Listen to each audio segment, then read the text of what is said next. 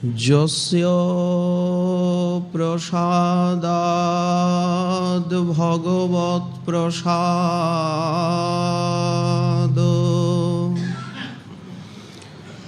যস্য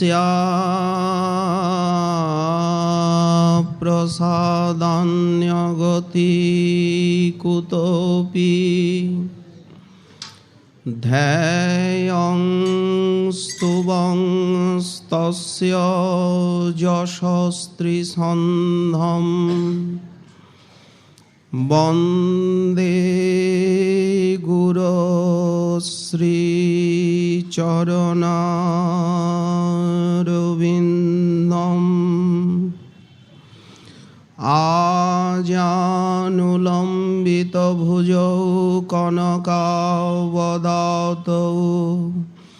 সংকীর্তনৈকপিতরৌ কমলায়তাক্ষৌ বিশ্বম্ভরৌ দ্বিজবরৌ যুগধর্মপালৌ বন্দে জগৎপ্রিয়করৌ করুণাবতারৌ নমস্ত্রীকালসত্তায় জগন্নাথসুতায় চ সভৃত্তায় সপুত্রায় সকলত্রায়তে নমঃ। বর্হাপিরাভিরামং মৃগমদতিলকং কুণ্ডলাক্রান্তগণ্ডম কঞ্জাক্ষং কম্বুকণ্ঠং স্মিতশুভগমুখং স্বাধীনস্তবেণুং শ্যামং শান্তং ত্রিভঙ্গং রবিকরবসনং ভূষিতং বৈজয়ন্তা বন্দে বৃন্দাবনস্থং যুবতীশতবৃতং ব্রহ্ম গোপালবেশম তপ্ত কাঞ্চন গৌরাঙ্গী রাধে বৃন্দাবনেশ্বরী বৃষভানুসুতে দেবী ত্বাং নমামি হরিপ্রিয়ে মূকং করোতি বাচালং পঙ্গং লঙ্ঘয়তে গিরিম যৎকৃপাতমহং বন্দে পরমানন্দমাধবম।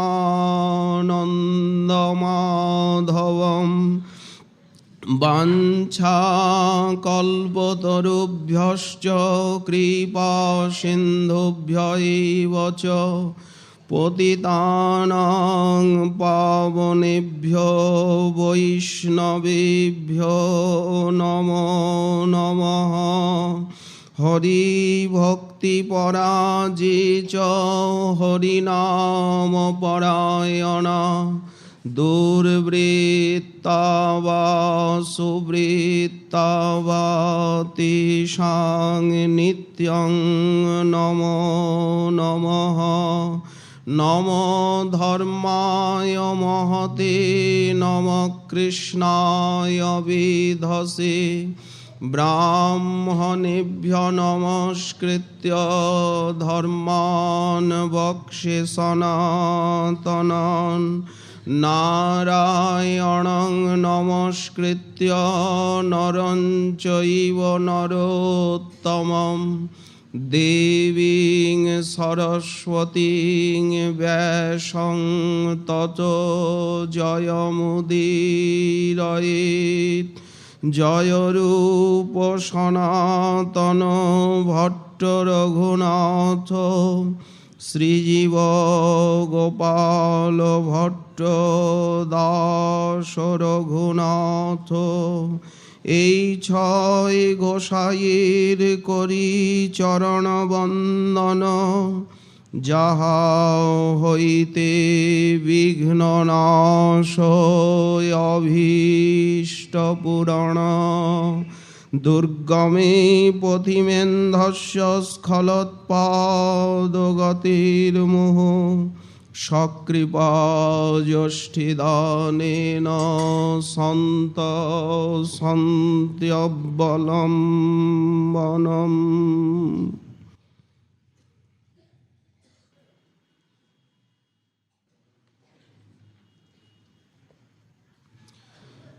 নদ্যস্তদাস্তদুপধার্যমুকুন্দগীতম, আবর্তলক্ষ্মিতমনো ভবভগ্নবেগাঃ।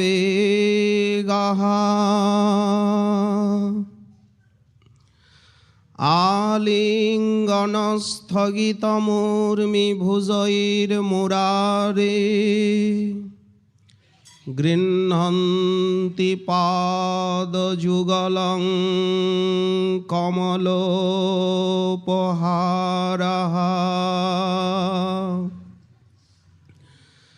সর্ববেদান্তসার মহাপুরাণ শ্রী শ্রীমদ্ভাগবতে দশম স্কন্ধে একবিংশ অধ্যায়ে বেণুগীতির বর্ণনায় ভাগবত প্রবক্তাচরণ মহামুনি শ্রীল শুকদেব সেই পূর্বরাগবতী ব্রজবালার বেণুধ্বনি শ্রবণে শ্রীকৃষ্ণের ভুবনমোহন মাধুরী দর্শনে এই বৃন্দাবনে স্থাবর জঙ্গমের যে ভাবাবেশ, তাদের সৌভাগ্য এবং মহাভাবোত্থিত আরতি উৎকণ্ঠা দৈন্য ব্যাকুলতায় নিজেদের দুর্ভাগ্যের বর্ণনা দিচ্ছেন শ্লোকের পর শ্লোকে। কোন ব্রজবালা বলে উঠলেন, সখী, তুমি পাখিদের কৃষ্ণপ্রীতি কৃষ্ণপ্রেম দেখলে, বা রে বা, তা তো হবেই। বললাম তো ওরা মুনি ঋষি, আর ময়ূর কোকিল এরা তো পরম ভক্ত, নাচ গান কেমন করে দেখো না। এইভাবে নৃত্য গীত করে গোবিন্দকে যারা আনন্দ দেয়, এইটাই তো ভক্তদের কাজ। ছাড়ো ওদের কথা।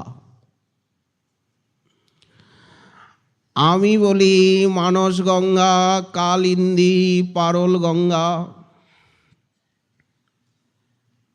এই নদীদের কি অবস্থা হয়। নদ্যস্তদা তদুপধার্যমুকুন্দগীতম, আবর্তলক্ষ্মিতমনো ভবভগ্নবেগাঃ। আলিঙ্গনস্থগিতমূর্মিভুজৈর্মুরারে, গৃহ্ণন্তি পাদযুগলং কমলোপহারঃ। ওই যে বাঁশি বাজে যমুনার কূলে, কি মানস গঙ্গার উচ্চস্থানে দাঁড়িয়ে সেই বেণু বিনোদী কানু বিনোদরায় বাঁশি বাজান। তখন হয় কি জানো? তদা কৃষ্ণস্য বেণুবাদন সময়ে নদ্য এই ব্রজে কালিন্দী মানস গঙ্গাদি তদ মুকুন্দ গীতম উপধার্য। শ্রীকৃষ্ণের বেণুগান শ্রবণে আবর্তলক্ষ্মিত মনোভবভগ্ন বেগাহা। তরঙ্গ জাগে, বড় বড় ঢেউ, আবর্ত ঘূর্ণি, জল ঘুরতে থাকে।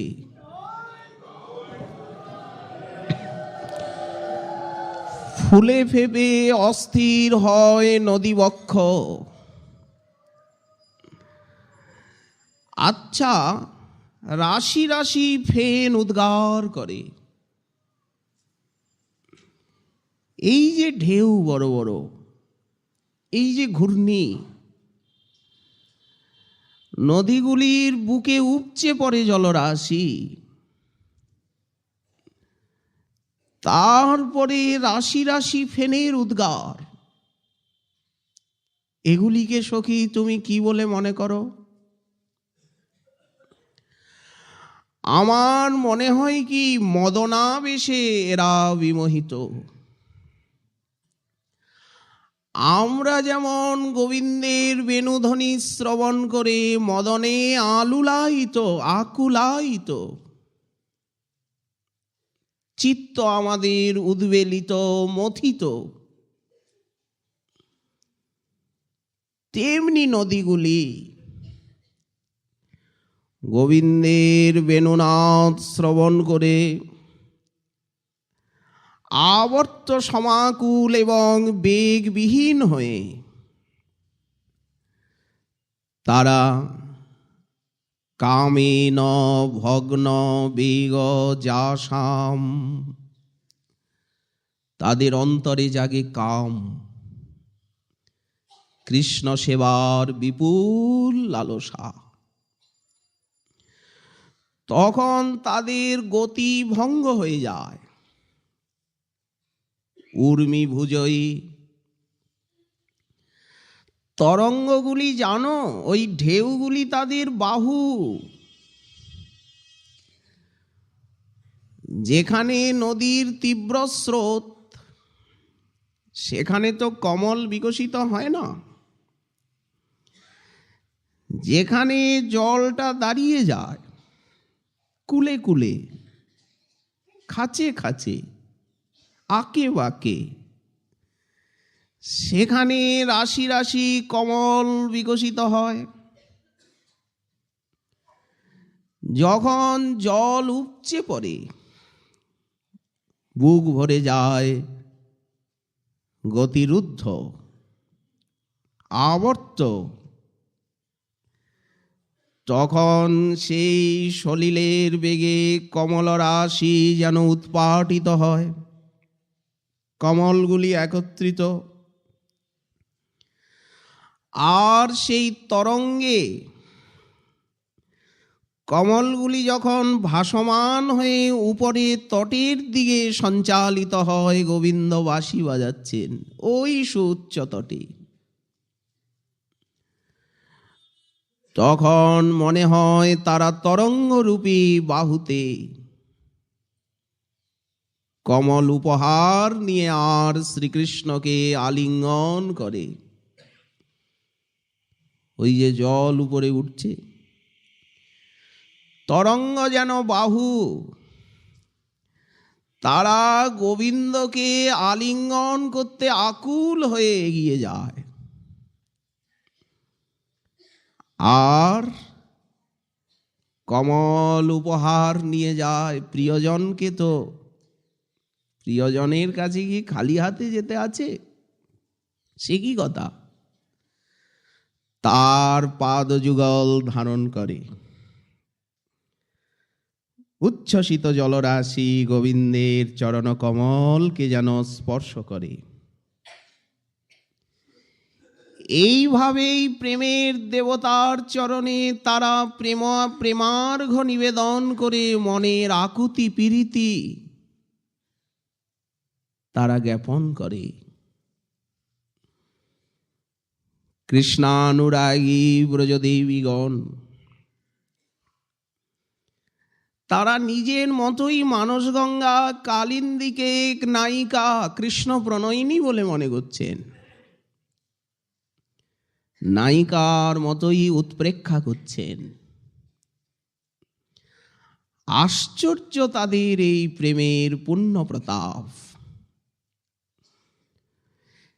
যেখানে যেখানে কৃষ্ণের সঙ্গে কিঞ্চিত সম্বন্ধ দেখছেন, যতদূর সম্পর্ক, নিজেদেরকে কৃষ্ণ সম্বন্ধবিহীন গোপী দেহে নির্বেদ প্রকাশ করে আমরা বঞ্চিত পশু পক্ষী রূপে জন্মাবার ইচ্ছা করছেন। এটি তাদের শ্রীকৃষ্ণে প্রবল যে রাগ প্রীতি তারই তো লক্ষণ। পূর্বশ্লোকে ওই ব্রজবালা বললেন, সখী প্রায় বতাম্ব বিহগা মুনয় বনেস্মিন কৃষ্ণে ক্ষিতং তদুদিতং কলবেনুগীতম আরুজ্য যে দ্রুমভুজান রুচির প্রবালান শৃণ্বন্ত মিলিতদৃশো বিগতান্যবাচ। সখী, ব্রজের পক্ষীগণ এরা কৃষ্ণের সেই বেণুধ্বনির কলনাদ কর্ণপুটে ধারণ করে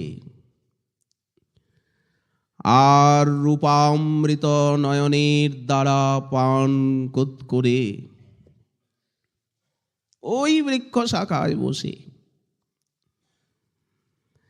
মুনির মতো ধ্যান নিমিলিত নেত্রে মৌন অবলম্বন করে রোমাঞ্চিত কলেবরে পাখাগুলিকে ফুলিয়ে কেমন কৃষ্ণের ধ্যান করে, কি তাদের তন্ময়তা! তারা যেন সমাধিমগ্ন মুনি। ও মা, নড়াচড়া একটুকুও নেই, একেবারে সমাধিস্থ, কোনো শব্দ করে না, কলকাকলির থেকে নীরব, কিছু দেখেও না। নয়নের থেকে তাদের স্নিগ্ধ প্রেমাশ্রু ধারা প্রবাহিত হয়। অস্ফুটভাবে অধর ওষ্ঠ স্পন্দিত হয়। মুখে যেন মনে হয় তারা কৃষ্ণ কৃষ্ণ কৃষ্ণ কৃষ্ণ কৃষ্ণ নাম করছে। সামনে পাকা ফল, খেতে ইচ্ছা হয় না তাদের। রোমাঞ্চে পাখাগুলি ফুলে ওঠে, পরমানন্দে সেই বেণু নাদামৃত আস্বাদন করতে করতে তন্ময় হয়ে যায়। বলো সখী, আমরা গোপী না হয়ে যদি বৃন্দাবনের পাখি হয়ে জন্মাতে পারতাম, সেই কৃষ্ণ বাঁশি বাজাচ্ছেন ওই বনে, সেই শাখী শাখে বসে, আর আমরা নির্বিবাদে নির্নিমেষ নয়নে অপলক দৃষ্টিতে তার মাধুর্য সুধা ঢোকে ঢোকে পান করতাম। নয়ন দিয়ে তাকে ভিতরে নিয়ে গিয়ে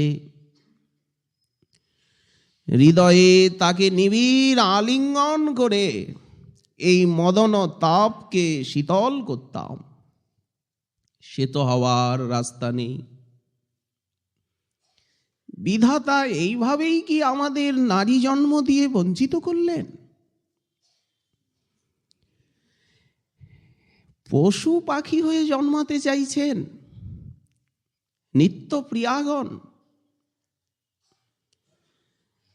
সাক্ষাৎ আনন্দিনী সত্যি,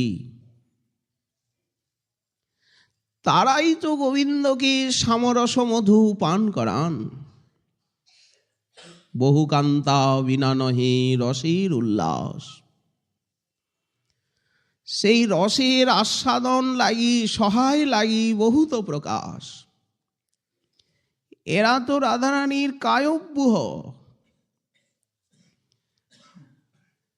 রাধার স্বরূপ কৃষ্ণ প্রেম কল্পলতা। এরা তো সেই কল্পলতারই শাখা প্রশাখা, পল্লব পুষ্প পাতা।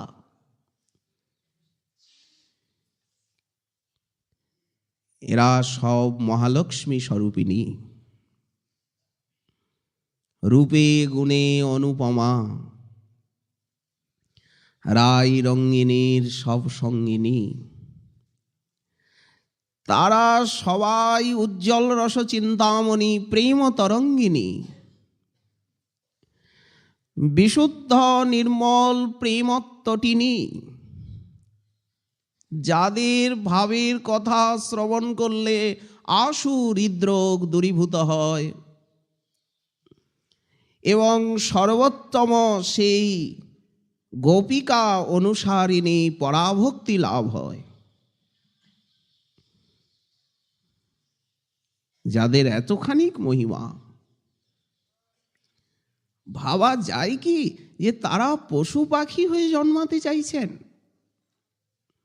এই কথাগুলো আসছে কোথার থেকে? এর উৎস কি? না শ্রীকৃষ্ণে তাদের প্রবল রাগ। দুঃখমপি অধিকং চিত্তে সুখত্বে নৈব ব্যজ্যতে, যতস্তু প্রণয়োৎকর্ষাৎ স্বরাগ ইতি কীর্ততে। উজ্জ্বল নীলমণিতে শ্রীমদ্ রূপ গোস্বামী চরণ বললেন, প্রণয়ের অতিশয় উৎকর্ষ হেতু, প্রণয় গাঢ় থেকে গাঢ়তম হয়েছে যেখানে, সেখানে দুঃখ সুখ রূপে অনুভূত হয়। প্রবল দুঃখ যেখানে সুখ রূপে অনুভূত হয় তাকে বলা হয় রাগ। কে বলতে পারে এই কথা? কোন ধামের কোন পরিকর? অযোধ্যা, দ্বারকা, মথুরা, বৈকুণ্ঠ, পরিকরের তো অভাব নেই। কে বলতে পারে? কার ক্ষমতা? মরে যদি দিলে দুঃখ, তার হইল মহাসুখ, সেই দুঃখ মোর সুখবর্জ্য। ওই দুঃখটাই চাই। আপন দুঃখ কিছু না গনি, তোমার কুশলে কুশল মানি। দিয়েছ দুঃখ, তাতে কি হয়েছে? তোমার তো সুখ হয়েছে। যত্তে সুজাতু চরণাম্বুরুহং স্তনেষু ভীতা শনৈ দধিমহি প্রিয় কর্কশেষু। কে বলতে পারে? যেন লাখবান হেম, যেন জাম্বু নদ হেম, সুনির্মল। আত্মসুখের যাহা নাহি গন্ধ, এই কৃষ্ণ প্রেম সুখ সিন্ধু। কোথায় এই মরুভূমি? কোথায় এই ত্রিগুণময় দুঃখ দৈন্য সমাকুল অনিত্য অসার এই সংসার? কোথায় সেই ব্রজবালার প্রেমরূপী আনন্দ নন্দন কানন? এর শ্রবণ কীর্তন সেই আনন্দ নন্দন কাননে বিচরণ সন্নিভ। যত্তে সুজাতু চরণাম্বুরুহংস্তনেষু ভীতা শনৈ দধিমহি প্রিয় কর্কশেষু। তোমার চরণ কমল এত কোমল, শিরীষ কুসুম বিনিন্দি। ব্যথা লাগবে এই জন্য আমরা আমাদের কঠিন বক্ষে শনৈ দধিমহি ধীরে ধীরে ধরি। আশঙ্কা হয়, আতঙ্ক হয়, তোমার চরণে বুঝি লাগছে। তো না ধরলেই পারেন, কেন ধরতে যান বুকে গোবিন্দের চরণ? একটা জিনিস লক্ষ্য করেছি, যে তাতে তার আনন্দ হয়, তার সুখ হয়। ওই জন্যই বুকে ধরবার ইচ্ছা জাগে, সঙ্গে সঙ্গে ভয় আতঙ্ক উপস্থিত হয়। তাই তাকে সুখ দিতে হবে। শনৈ দধিমহি, এই প্রণয়ের প্রগাঢ়তা। শ্রীকৃষ্ণের যথা কথঞ্চিত সম্বন্ধ দেখলেই চেতন অচেতন হয়ে জন্মাবার আকাঙ্ক্ষা হয়। রাধারানীর হচ্ছে মঞ্জিষ্ঠা রাগ। কৃষ্ণের বনমালায় ভ্রমরকে দেখে গোবিন্দের বনমালায় ভ্রমর বসে গুঞ্জার করছে। উনি বলেন, আমি যদি বনমালায় মধুকরী হয়ে জন্মাতে পারতাম। যিনি বলেন যে বেঁচে থেকে আমার এই দেহের সেবা হলো না, মরে গিয়ে আর দেহের পঞ্চভূত দিয়ে আমি গোবিন্দের সেবা করব, এই আকাঙ্ক্ষা নিয়েই মরব, বিধাতাকে জানাবো। উনি যেখানে হাঁটবেন সেখানে আমার শরীরের মৃত্তিকাংশ থাকবে। যে সরোবরে স্নান করবেন আমার এই শরীরের জলীয়াংশ সেই জলে মিশে থাকবে। গ্রীষ্মকালে হবে শীতল, শীতে হবে ঈষৎ উষ্ণ। স্নান করে কত আনন্দ পাবেন, বাহ কি চমৎকার জল। এত দূর যিনি আকাঙ্ক্ষা করতে পারেন, তিনি আর মধুকরী হতে চাবেন, পাখি হতে চাইবেন, আর আশ্চর্য কি? যেখানে উনি বসে থাকবেন চামর ব্যজন হবে পাখা, সেখানে আমার শরীরের বায়ু অংশ থাকবে নাতিশীতোষ্ণ হয়ে মলয় সমিলন সন্নিভ। যে দর্পণে তিনি মুখ দেখবেন সেই মুকুরে আমার শরীরের তৈজসাংশ সেখানে উপস্থিত থাকবে। এই কামনা, এ কি মায়াবদ্ধ জীবের বোঝবার বিষয়? কিন্তু উপায় নেই। প্রবোধানন্দ সরস্বতী পাদ বললেন, হে দৈব তুভ্যং নম, আজ এমন সুযোগ এসেছে। আজ মহাপ্রভু সেই সুদূর্গেয় বস্তুকেই যাকে তাকে দিয়ে দিলেন। হেন প্রেম শ্রীচৈতন্য দিলা যথা তথা, জগাই মাধাই পর্যন্ত অন্যের কা কথা। সবাইকে সাধনার বিষয় করে দিলেন। কাঙাল দিনহীন আর্ত বালক বৃদ্ধ পুরুষ নারী কুতার্কিক কর্মনিষ্ঠ জ্ঞানী যোগী আজ মহৎ কৃপায় গৌরভক্তের কৃপায় সবাই এই মহাভাবের আলোচনার অবকাশ পেল। হা দৈব, এমন তো কোনোদিন হয়নি। এত বড় সুযোগ। যাই হোক, পরম ধৈর্য গাম্ভীর্যশালিনী ব্রজসুন্দরীগণের, সেই আকাশ চারিণী দেবীগণের যে বংশীনাথ শ্রবণে স্মরপীড়া,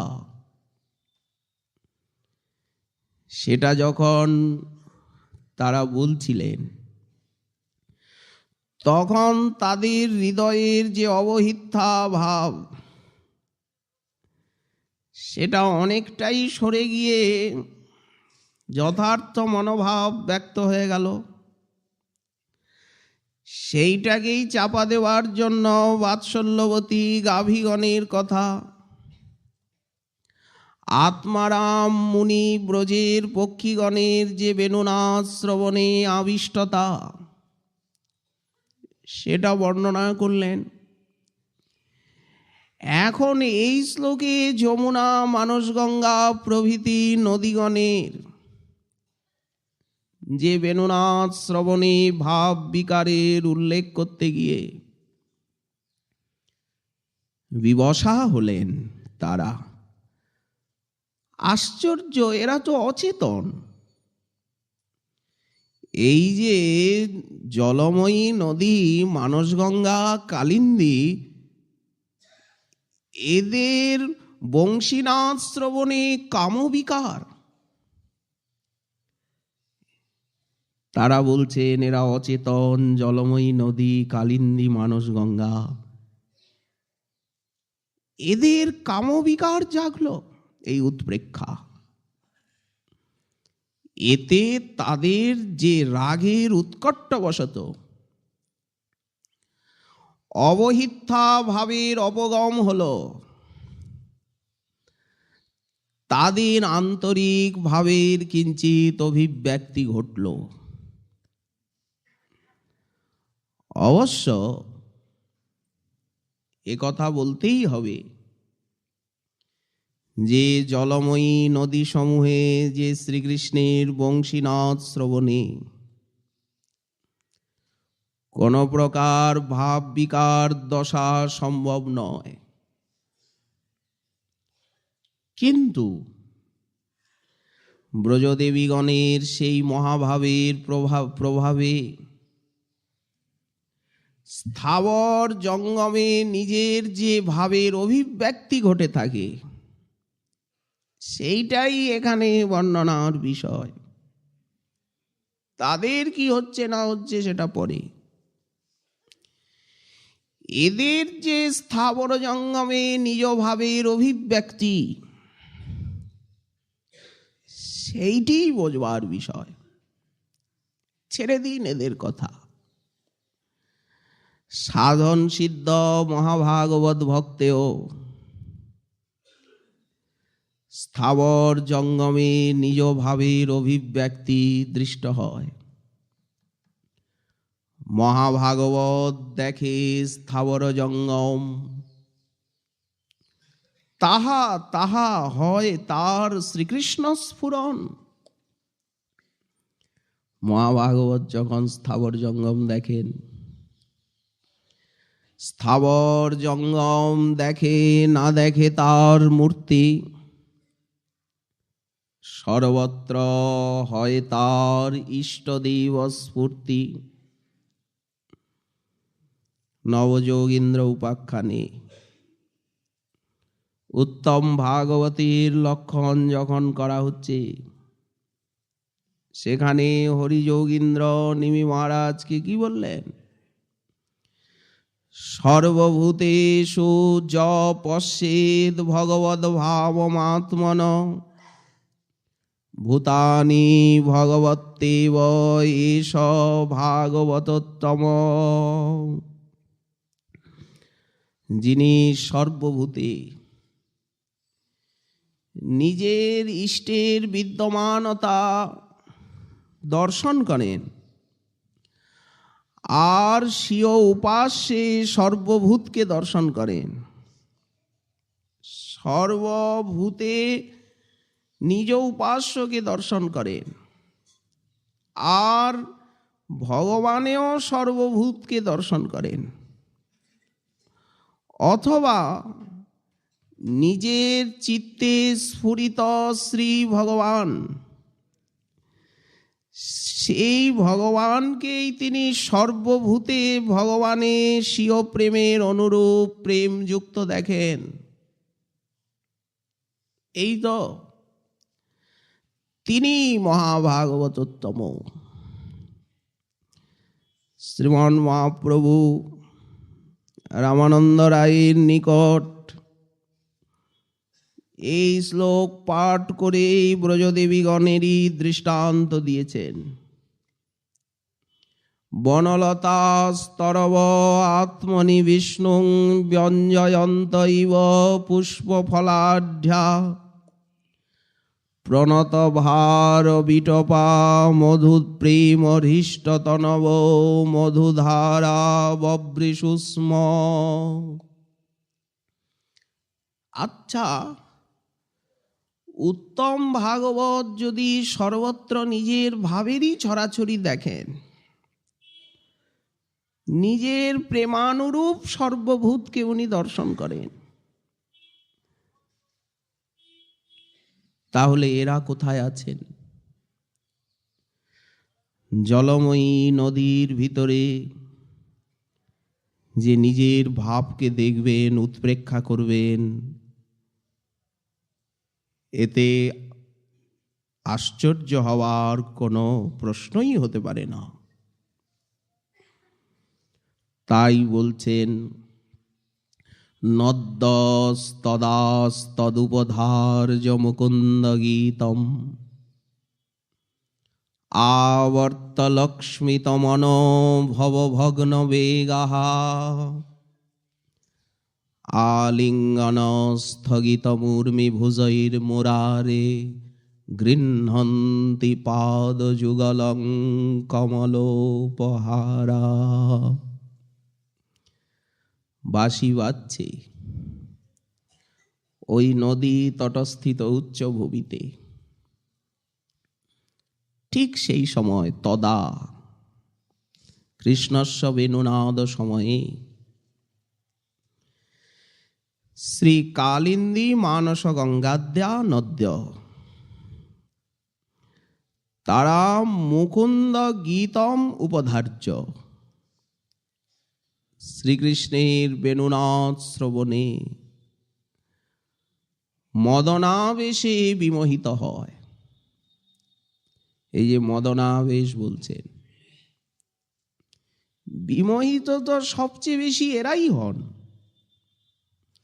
সবচেয়ে বেশি বিমোহিত কারা হন? নিজ নিজ ভাবে পরাবিদ্যার স্বরূপ বেণু নাদামৃতকে সবাই আস্বাদন করেন, ভাবানুরূপ প্রেমানুরূপ। সবচেয়ে বেশি আস্বাদন বিবশতা তো এদেরই। অমিয়া নিছনি বাজিছে সঘনে মধুর মুরলী গীত, এদের উপরেই তো প্রভাব সবচেয়ে বেশি। অবিচল কুল রমণী সকল শুনিয়া হরল চিত, শ্রবণে যাইয়া রহিল পশিয়া। ব্যাকতে বাজিছে বাঁশি আইস আইস বলি, ডাকয়ে মুরলী যেন ভেল সুধা রাশি। এমন আস্বাদন কাদের হয়? হয়তো কম বেশি সবার।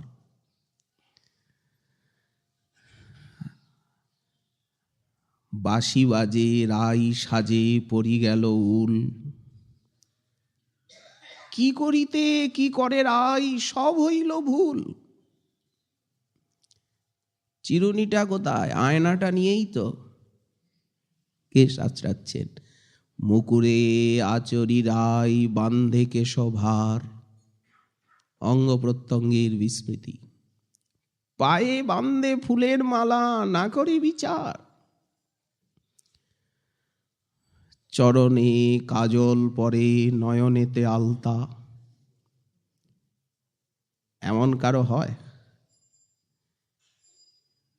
কোটিতে হারটা পরছেন, কিঙ্কিনিটা গলায় দিচ্ছেন, হিয়ার উপরে পরে বঙ্করাজ পাতা।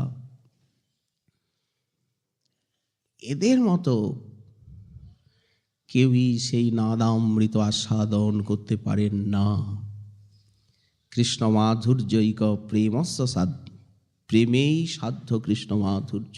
যস্য যাবান প্রেমা স তাবান এব কৃষ্ণ মাধুর্যমাস্বাদয়তি নতু সর্বে সমানম। এইটাই তো হিসাব। তো বলছেন কি, মানসগঙ্গা কালিন্দী কৃষ্ণের বেণুগান শ্রবণ করে মদনাবেশে বিমোহিত হয়ে যায়। তাতে যে আবর্ত সমাকুল, ওই যে ঢেউ আবর্ত তরঙ্গ বেগবিহীন হয়, তরঙ্গরূপী বাহুতে কমল উপহার নিয়ে আর শ্রীকৃষ্ণকে আলিঙ্গন করে। এই দেখুন, নিজের মনোভাব ব্যক্ত হচ্ছে। তার পাদযুগল ধারণ করে, আলিঙ্গন স্থগিত মূর্মি ভুজৈর মুরারে গৃহন্তি পাদযুগলং কমলোপহারা। এরা তো ঘরে আছেন, বাঁশি বাজছে ওই যমুনার তীরে, ওই মানসগঙ্গা তটে। কৃষ্ণ যখন উচ্চ তটবিভাগে দণ্ডায়মান হয়ে আর নদী শোভা দর্শন করে হর্ষভরে বেণুনাদ করেন, তখন নদীগুলি শত শত আবর্ত সমাকুল হয়ে ওঠে। ঘূর্ণি, তাতে মনে হয় যেন শ্রীকৃষ্ণের বেণুনাদ শ্রবণে আর রূপমাধুরী দর্শনে তারা কামবিকার গ্রস্ত হয়ে পড়েছে। নদীর কামবিকার, অচেতন জলময়ী। তাদের এই আবর্তগুলো দেখেই অন্তরের কামবিকারের কথা জানা যায়। নিজ পতি যে সমুদ্র, সেই সমুদ্রের দিকে তাদের যে স্বাভাবিক গতি বইছে, সেই গতিটা রোধ হয়। তারা বক্ষ পর্যন্ত আর উচ্ছ্বলিত হয়ে, জল ফুলে ফেপে অস্থির, বক্ষ পর্যন্ত উচ্ছ্বলিত হয়ে তরঙ্গরূপী বাহুর দ্বারা শ্রীকৃষ্ণকে গাঢ় আলিঙ্গন করে।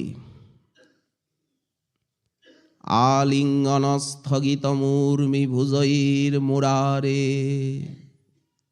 বাহু কোথায় বলেন? ওই তরঙ্গ। আর একটা শ্লোকি, সেই আবর্তে ছিন্ন কমল শ্রীকৃষ্ণ চরণে উপহার প্রদান করে থাকে। একটা কথা, নদী মাত্রেই তো সমুদ্রের পত্নী, সমুদ্রই তো তাদের পতি। রমণী জাতি মাত্রেই শ্রীকৃষ্ণের সেই মোহন বেণুনাদ শ্রবণে, তার রূপমাধুরী দর্শনে স্বপতির দিকে যে স্বাভাবিক গতি, সেটা রুদ্ধ হয়ে যায়। উনি হচ্ছেন রমণী মোহন। ওই জন্য কোনো রমণী যদি তার রূপ দর্শন করে, তার বেণুগান শোনে, তার কি আর নিজ পতির দিকে মন থাকে? থাকতে পারে কি রমণী মোহনকে দেখলে? তারা কৃষ্ণকে ভালোবাসে। সখী নিজ পতির প্রতি ভালোবাসা শূন্য হয়ে, উদাসীন হয়ে কোনো রমণী যদি কৃষ্ণকে ভালোবাসে, তাহলে কি দোষ হয় না? কেন দোষ হবে? ওই জন্য কৃষ্ণের নাম এখানে বলছেন মুরারি। তিনি নারায়ণের মতো সমান গুণশালী। জানো না, গর্গাচার্য যখন নামকরণ করতে এলেন কি বললেন? নারায়ণ সমগুণই। নারায়ণের ভজনে যেমন পতিব্রতার পাতিব্রত্য ধর্ম নষ্ট হয় না, তেমনি নারায়ণ সমগুণই কৃষ্ণের ভজনেও পতিব্রতাগণের কোনরূপ দোষ হয় না। গোস্বামীপাদ লিখছেন যে তত্র মুরারের ইতি, নামটি নিয়েছেন মুরারি। সেই বামন পুরাণের যে প্রাচীন দৈত্য বিশেষ মুরস্য নারায়ণ হন্তা নারায়ণেন সময়ম ইতি নাস্য ভজনে পাতিব্রত্য ভংস ইতি ভাবয়ন্তি চন। এই বৈষ্ণব তোষণী টিকা। মুরারি বললেন দৈত্যের হন্তা নারায়ণ, সেই নারায়ণের মতো গুণশীল গুণবিশিষ্ট। আচ্ছা, গর্গাচার্য যে বললেন নারায়ণ সমগুণই, তো নারায়ণ কৃষ্ণের মতো গুণবান না কৃষ্ণ নারায়ণের মতো গুণবান? কৃষ্ণ তো স্বয়ং ভগবান। এই সব অবতার কেহ পুরুষের কলা অংশ, কৃষ্ণ স্বয়ং ভগবান সর্ব অবতংশ বলছেন তারা। বামন পুরাণে নারদ পুলস্ত সংবাদে এই মুরারির কথা আছে, যে মুর নামে যে খ্যাত অসুর ছিল সে হচ্ছে দনুর পুত্র। কশ্যপের পত্নী হচ্ছে দনু। সেই দনুর গর্ভে এই মুর অসুরের জন্ম হয়। মুর যখন দেখল যে আমার ভ্রাতা এবং অন্যান্য দানবগণ তারা সব যুদ্ধের রণভঙ্গ দিয়ে হীনবল হয়ে পড়েছে, তখন মুর ভয়ে মরণ ভয়ে ভীত হয়ে আর বহু বৎসর ব্রহ্মার আরাধনা করল। তার আরাধনায় তুষ্ট হয়ে ব্রহ্মা তাকে বললেন, বৎস, তুমি অভীষ্ট বর প্রার্থনা করো। তখন মুর পিতামহ ব্রহ্মার নিকটে বলল যে আমি যে ব্যক্তিকে স্পর্শ করব সে যদি অমর হয় যেন তৎক্ষণাৎ তার মৃত্যু হয়। ব্রহ্মা বললেন তথাস্তু। সেই মহাতেজা মুর গিয়ে করল কি, সুমেরু পর্বতে উপস্থিত হলো।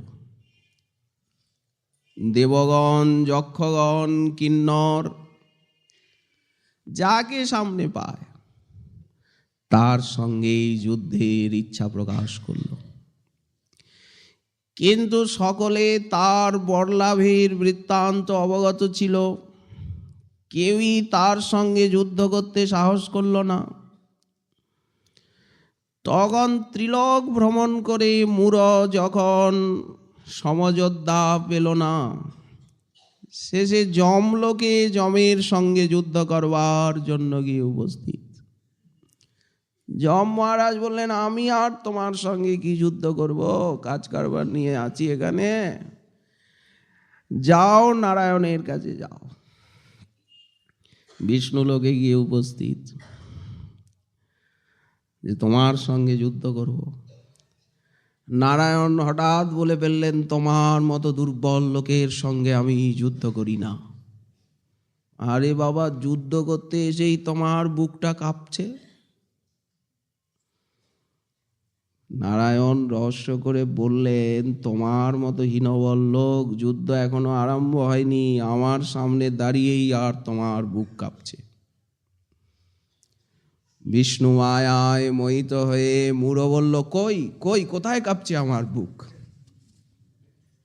সঙ্গে সঙ্গে ভস্মীভূত হয়ে গেল। এই জন্য নারায়ণের একটা নাম মুরারি। কিন্তু এরা গোবিন্দকে যে মুরারি বলছেন, সে অর্থ আলাদা। মুরা শব্দের অর্থ হচ্ছে কুৎসা, কুৎসার অরি। মূঢ় শব্দের একটি অর্থ হচ্ছে কামক্লেশ, হৃদয়ের পীড়া, ব্যথা, এর অরি। উনি ছাড়া হৃদয় ব্যথা কে নাশ করবেন? কি অপূর্ব বর্ণনা! নদ্যস্তদাস্তদুবধার্য মুকুন্দ গীতম আবর্তলক্ষ্মিত মনো ভবভগ্ন বেগাহ আলিঙ্গন স্থগিত মূর্মি ভুজৈর্মুরারে গৃহন্তি পাদযুগলং কমলোপহারা। নিজেদের মনোভাবকেই সেই অচেতন জলময়ী নদীতে উৎপ্রেক্ষা করে নদীগুলি কি প্রকার কাম বিকারগ্রস্তা হয়ে যায়। সখী, গোপিনী না হয়ে যদি মানস গঙ্গা কালিন্দী হয়ে জন্মাতাম, যদি নদী হতে পারতাম। প্রত্যেকটা শ্লোকে এই প্রকার আকাঙ্ক্ষা ধ্বনি উন্নেয় গোস্বামীপাদ বললেন, যেটি মূল বক্তব্য। শ্রীমন মহাপ্রভুর কৃপা হলে আগামীকাল আবার রইল এই বিষয়ে আস্বাদনের আকাঙ্ক্ষা। আজকে আমাদের ভাগবতী কথার এইখানে দেওয়া হলো বিশ্রাম।